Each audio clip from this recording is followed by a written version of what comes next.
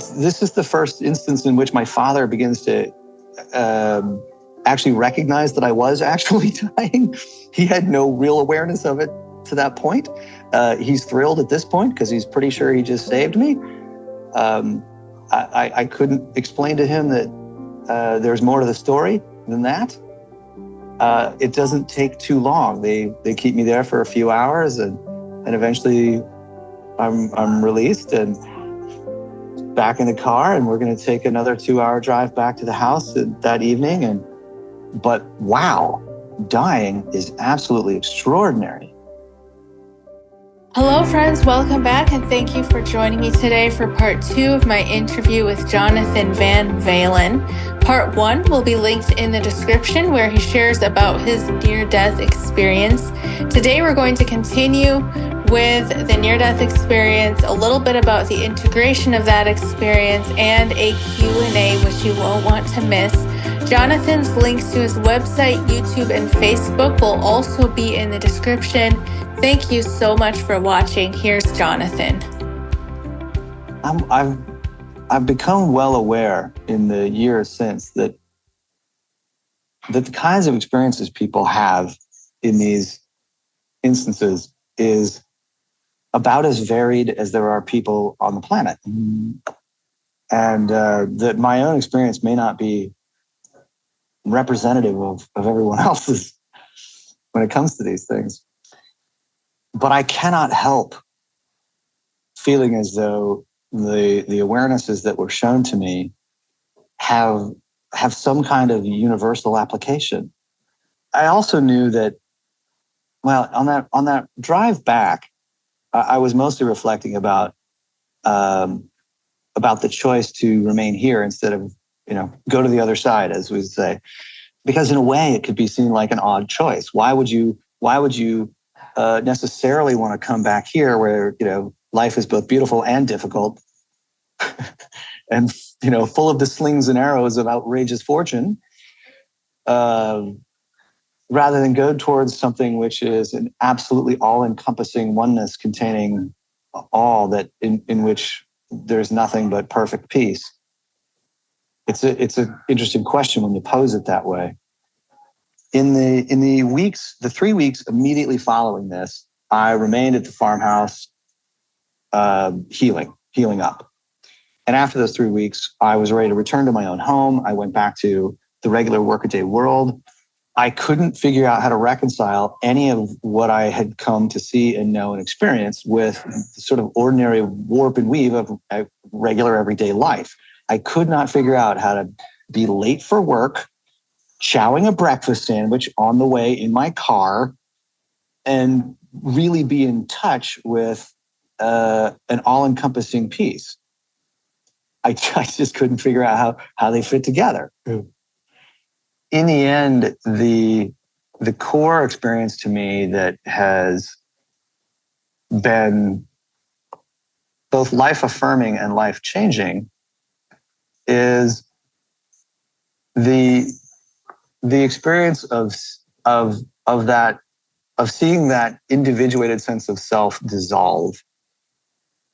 That's the experience that ultimately came back around and came back around and came back around over a period of quite a few years. And sometimes I would sit in the corner window in my place in the comfy chair looking out the window and think, I really can't think of any reason to go to the office at all right now. And I worked for myself I had a business partner at the time. We were running a very small little company, and I couldn't figure out why to bother even going to the office, which could be a strange way for a functioning grown-up with a mortgage to behave. It was confounding sometimes, but I couldn't still argue with the peace that it brought. There eventually came a point where that felt as though it settled in permanently. That's actually a whole nother series of experiences that I couldn't have anticipated. I certainly couldn't have forced them into being. It's kind of, that's a story unto itself, but it's not like life doesn't still bring slings and arrows. It does. Life has all kinds of ups and downs to it, but there's no question that I do literally see it, perceive it, and experience it in a way that has become completely different than I did as a young person before going through any of these experiences. Jonathan, thank you so much for sharing your experience with us. What an incredible experience. I don't think I've ever heard one quite like that, where the process is slower from our perspective here, Mm-hmm. and that you're experiencing this process of becoming more and more merged with the infinite. You probably already covered this a little bit, but I just wanted to highlight it. And so I'm referring to the part where you talked about how you could still feel the pain in your body, or you were still aware of the pain in your body, but you were no longer suffering. Yeah. And what I'm hearing you say, and please correct me if I'm wrong, but what I'm hearing you say is maybe that the suffering is being attached to the pain or identifying with the pain. Would that be accurate, or is there another way that you would explain that? No, I think you're onto it there. And it's the word identification that you just used that I think is really apt, because if I'm really identified with that body, like that is what I am, that is who I am, that's me, and that body is racked with pain, then there's kind of no way out of that loop. Right. If you are not identified with that body, which I absolutely 100% was not in these experiences, then again, it's not as though the pain itself may have been just magically disappeared. I could look at the body and recognize how much pain it was in. I just knew it wasn't me. It wasn't mine. When it comes to NDEs, this kind of sometimes it begs the sort of question or inquiry from people about, well, were you having an out-of-body experience? Is this, how people often put these things in that sort of, those sorts of terms. And I would be a bit more subtle about it than that, in the sense that I was looking at that body. I could see that it wasn't me, because the me, the consciousness that was looking at that body, that witness consciousness that was looking, the experience of that witness consciousness was that is where the seat of reality was. That's what was really real. Mm-hmm. That's what was really true. And by extension, that experience of merging into the infinite was more real and more true. And when in that merging, there is the sense that the three-dimensional world where things like pain happen really is has this illusory quality. And so when someone says, well, you must have had an out-of-body experience, it's sort of like that confers almost an equal amount of reality. Like there's this body over here, and then there's this consciousness over here, and those are two separate things, and you're getting to see that those are two separate things. But in the way that I experienced it, and the way I would wish to convey it, was that body clearly not only was not me, it has that sort of illusory quality in which it wasn't that I had left my body. It was that body was revealed to never have been me. And in fact, there's nothing in the three-dimensional world that affects that body that has any effect on this non-corporeal beingness that is me. And so it's possible to even look upon all the rest of the world in that same way, that it has this sort of illusory quality to it, which is among the reasons that it's become possible to look upon the world we live in with a tremendous amount of peace and even forgiveness and kindness. Yeah. Because if all of that has that same quality, and that underlying peace that is beyond it is what's really true, then it becomes so possible to look about on the world, on all the wonderful things in the world, and even all the mad, crazy things in the world, of which there are a lot. I'm sure we could agree. At least they seem to be, and still meet that with a sort of a kind of a peace. And so when it comes to a question like, well, did you have an out-of-body experience? It was more like, no, it wasn't an out-of-body experience. It was a recognition that the body just wasn't the real seat of truth with a capital T to begin with. Mm. I know I'm making a pretty subtle distinction, but I hope I kind of got to the heart of your question. No, thank you for sharing that. I think that's a really important distinction that can be really helpful for a lot of people who are trying to wrap their mind around some of these concepts, which leads me to another question. And I might have a hard time articulating this just because there isn't really adequate language for it, as I know you're aware. So you had the first step where you realized you were not your body. But then the second step, if we can use that language, where you realize that you're also not this incorporeal being and you merged into the infinite, as you put it. Yeah. My question is, when you have this experience of merging into the infinite, is there at that point even a sense of self, or is there a self-awareness to have an experience of oneness? Is that even an experience? Does that make sense? Oh, yes, it does. Yeah, and you are asking that is a truly subtle question. I applaud you for being able to even ask that question. It's words do fail eventually. Words are a very dualistic framework. And what we end up having to speak about in these is essentially a non-dual truth. So yes, I spoke about merging into the infinite, in which that sense of individuatedness, any kind of individuatedness at all, begins to lose its individuatedness and merge into this encompassing, overarching, ineffable wholeness. Mm-hmm. And I think your question is, well, is there enough of a self in there to actually experience it? And no. Right.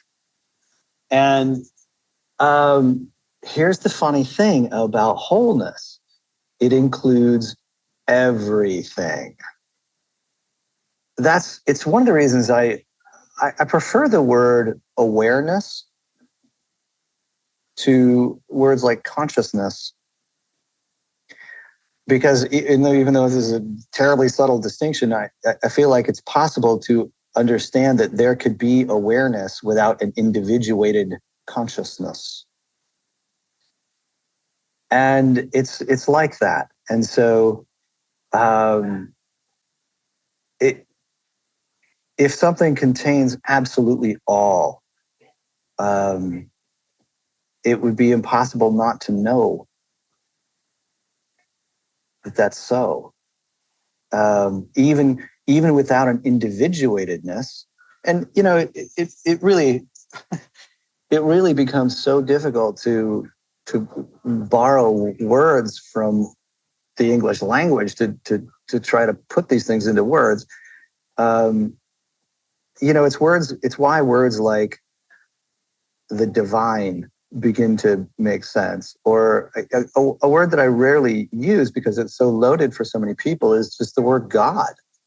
Like, do we have a better word for trying to wrap our heads around this than that? I don't know that we do. I mean, and again, that's a word that has a lot of different meanings to a lot of different people in ways that are so varied that it can be tricky to use. But I don't know that we have any better words for it either.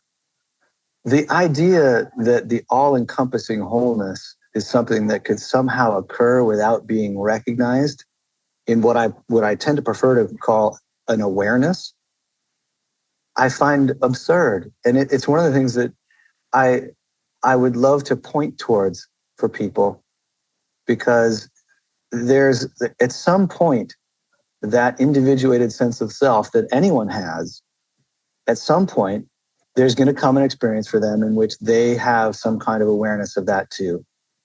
The way I like to think of it is that nobody can avoid the truth forever. That's just the nature of truth, with a capital T, and the divine with a capital D. And maybe it'll seem like it's a long time coming, or maybe it'll be short. It's hard to say. But it's digging into questions like these that sometimes bring people a little closer. And sometimes questions, what they really reveal is how someone's thinking. And most questions that people ask about these sort of things, and I don't mean to imply this about what you just said, but just in general, a lot of times questions, really what they reveal is a little bit of what somebody's afraid of. And so when, a question like, well, could you dissolve into the infinite and not know it? And that comes from a place of a little bit of thinking, oh my God, what if I miss it? Oh no. What if I mess it up? Or what if I don't get it? And I can't, I'm about to tear up. I can't express with any greater fullness that to touch these things, there will come that point when it is impossible not to know. Please trust and know in your heart that when that moment comes, its very nature is that it's impossible to miss. Don't worry about that one. Thank you so much, Jonathan. I'd like to give you a chance to share about your website and what you do with your Healing by Divine Principle that you offer people on your website. Well, sure. It's even a topic we haven't really even gotten to, but yeah, I'm not the most web savvy. I had a friend come to me and say, I think you should have a website, so I'm going to make you one. And he did. One of the things that has come out of all of these experiences on my end, some of them have been really quite startling. And one of them has been sometimes a sort of intuitive ability that I still find startling sometimes. And another has been sometimes people have come to me over the years, people have sort of increasingly decided they wanted to come talk to me frequently about these kinds of things. And when they would do that, they would end up having kind of a healing experience. And so it eventually just seemed meaningful and, useful to do things like have a website. So first of all, I would encourage anyone that is interested to come and find me there. The website is called assistthespirit.com. And you can write me a note. You can respond to any of this in this interview if you like, and I will write back. And sometimes people actually decide they want to schedule time to meet, in person or on Zoom or something like that. And I've even taken to wandering around the country and visiting people in groups and things like that, which I'm actually really fond of doing. I love doing it. So yeah, the Healing by Divine Principle, that's quite a mouthful. That's quite a bold word, but where that intuitiveness comes from and where that healing comes from, from my perspective and from my experience, has nothing to do with me as an individuated self. It comes entirely, completely, and utterly from that place in which there is no sense of self at all.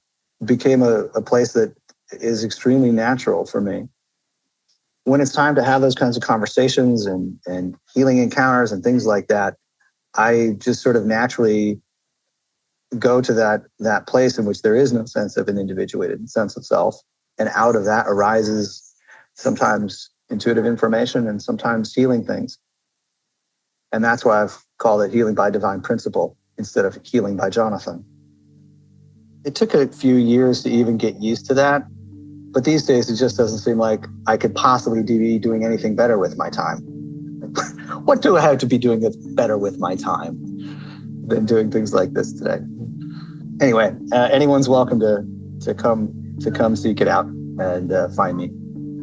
And like I said, if you write me a note, I will write back.